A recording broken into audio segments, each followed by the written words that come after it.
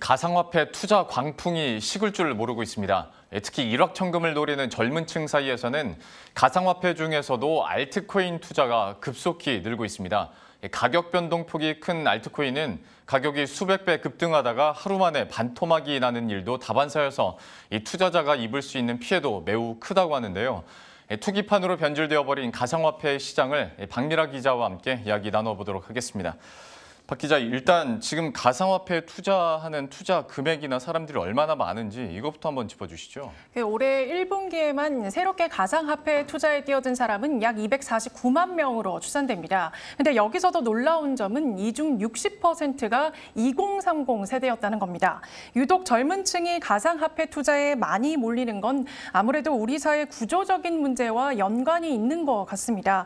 취업난은 또 계속되고 지금은 직장에 들어가 돈을 모아도 집 한 칸 마련이 힘든 구조가 됐잖아요. 예. 그러면서 지난해 2030들이 주식 투자를 굉장히 많이 했습니다.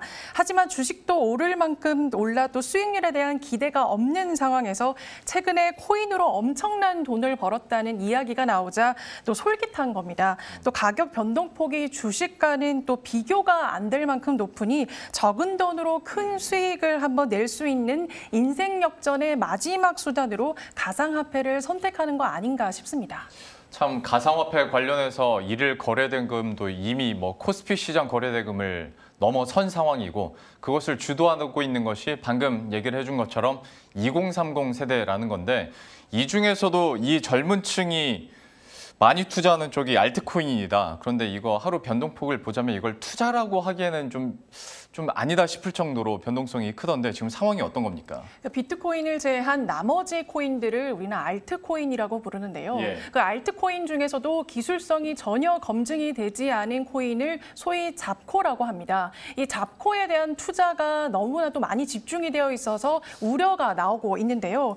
일부 잡코라 불리는 이 알트코인은 하루 만에 수백, 또 많게는 수천 배까지 올랐을 정도입니다. 가장 큰 예로 국내 거래소 빗썸에 상장한 아로나와 토큰이 상장 직후 30분도 안 돼 가격이 1000배 가까이 올랐습니다. 지난 화요일 상장 직후 50원에 거래가 시작되다 53,800원까지 치솟은 겁니다. 하지만 하루도 안 돼 다시 가격의 하락세를 이어가며 지금은 가격이 1만 원대까지 크게 떨어진 상태입니다. 이 도지코인 사태도 빼놓을 수 없는데요. 2014년 미국 소프트웨어 개발자들이 장난삼아 만든 가상화폐로 그 연일 급등세를 기록하다 21일부터 3일 연속 폭락세를 이어오고 있습니다. 오늘도 17%까지 폭락했는데요. 이처럼 이유도 없이 그 가격이 수백 배, 또 수천 배까지 오르락 또 내리락하는 코인들의 경우 소위 작전 세력에 의해 가격이 조정이 이뤄질 수 있어 또 투자에 더욱 주의가 필요합니다. 현재 거래소에 상장된 알트코인만 9천여 개가 넘는 것으로 확인이 되고 있습니다. 충분히 검증이 되지 않은 경우도 많은 데다 잘못된 정보로 투자를 했다가 피해를 봐도 또 보호해줄 장치가 없어서 투자자 스스로가 또 고스란히 책임을 떠안아야 하는 상황입니다. 상황이 이렇다 보니까 정부에서도 가상화폐 시장과 관련해서 특별 단속에 나서기로 했는데 시장 반응은 좀 냉랭하다면서요? 네, 맞습니다. 그 정부가 금융위 또 경찰들과 함께 석 달간 가상화폐의 불법 행위를 샅샅이 찾아내겠다라는 그런 의지를 드러냈는데요. 가상화폐 출금 과정에서 금융사들이 의심 거래에 대한 감시 보고를 강화하게 하고 또 외환거래법 위반 사례 단속 역시 더 강도 높게 하겠다는 게 이번 대책의 골자입니다. 하지만 투자자들은 이번 대책을 두고 단속하는 거 맞냐라고 하는 평가절하하는 분위기입니다. 쉽게 말해 너무 원론적인 이야기만 한다는 겁니다. 현재 국내에는 가상화폐와 관련한 법은 물론 투자자를 보호할 기본적인 가이드라인도 마련되어 있지 않은 상태인데요. 제도권에 편입된 자산이 아니기 때문입니다. 상황이 이렇다 보니 그 공시 규정도 전혀 없습니다.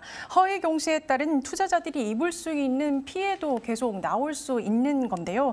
전문가들은 법을 만들어서라도 코인의 개념을 법안에 담고 또 공시제도를 도입해 체계적으로 관리를 해야 한다고 하지만 그 상황은 녹록지 않을 것으로 보입니다. 그러니까 어제 은성수 금융위원장이 최소한의 규정이라도 만들어서 투자자들을 보호해야 하는 거 아니냐라는 지적에 대해서 그 가상화폐는 투기성 자산으로 투자자의 손실을 보호할 수는 없다며 정부가 개입할 시장이 아님을 다시 한 번 더 강조한 겁니다. 하지만 세금은 부과하면서 가상화폐를 인정하지 않는다는 건 다소 무책임한 태도 아니냐라는 비난도 나오고 있어 앞으로 논란은 계속될 것으로 보입니다. 예.